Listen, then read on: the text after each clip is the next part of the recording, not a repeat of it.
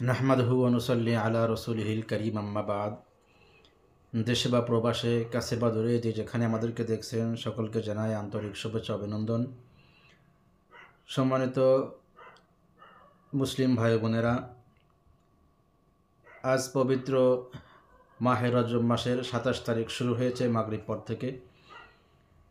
তো এই ২৭ তারিখের রজনীতে আমাদের সমাজে, আমাদের দেশে বিভিন্ন এলাকায় খুব জাঁকজমকভাবে শবে মেরাজ পালন করা হয়ে থাকে। ওয়াজ মাহফিলের মাধ্যমে মসজিদে মসজিদে বিভিন্ন আয়োজন করা হয়ে থাকে এবং এই রাত্রে বিভিন্ন আমল করা হয়ে থাকে, বিভিন্ন নামাজ, শবে মেরাজ উপলক্ষে নামাজ পড়া হয়ে থাকে এবং আগামীকাল অর্থাৎ ২৭শে রজব রোজা রাখা হয়ে থাকে, যেটা শবে মেরাজ উপলক্ষে রোজা। তো এই শবে মেরাজ উপলক্ষে কোনো ইবাদত আছে কি না এ সম্পর্কে বারোচন্দ্রের ফজিলত নামক কিতাবের ২৩ পৃষ্ঠায় বর্ণিত হয়েছে যে শবে মেরাজের রাতে ২ রাকাতে সূরা ফাতিহার পরে ৩ বার সূরা ইখলাস পাঠ করবে এবং ২ রাকাতের পর ২০০ বার দুরূদ শরীফ পাঠ করবে এবং হাত তুলে আল্লাহর কাছে মুনাজাত করবে। এই নামাজি অসংখ্য সওয়াব লাভ করবে আর তার ঈমান মজবুত হবে এবং আল্লাহর রহমত বর্ষিত হবে। অন্য বর্ণনায় হয়েছে মেরাজের রাতে ২ রাকাতের নিয়তে মোট ৪ রাকাত সালাত আদায় করবে। এই সালাতের প্রত্যেক রাকাতে সূরা ফাতিহার পর যে কোনো সূরা মিলিয়ে পাঠ করবে। সালাত শেষ করে কালিমায়ে তামজিদ, দুরূদ শরীফ ও তাওবা ইস্তেগফার প্রত্যেকটি ১০০ বার করে পাঠ করবে।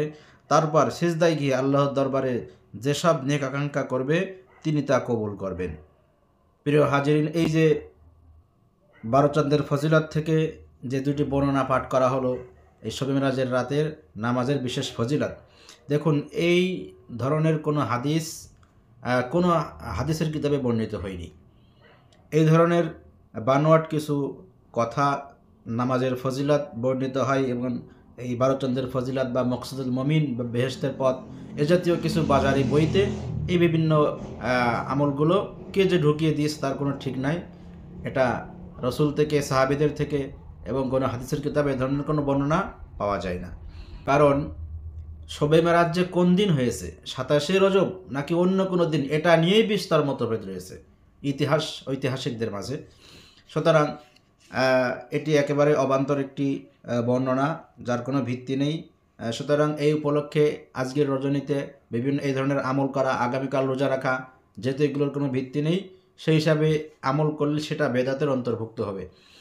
আল্লাহ নবী সাল্লাল্লাহু আলাইহি ওয়াসাল্লাম হাসরের ময়দানে বেদাত্রীদের সম্পর্কে বলবেন যে সুহকান লিমান গায়্যারা বাদি, যারা আমার পরে আমার দিনের ভিতরে পরিবর্তন করেছো বিভিন্ন আমল, তারা আজ হাউজে কাসারে পানি পান করা থেকে দূর হও, তাদেরকে নবী পানি পান করাবেন না।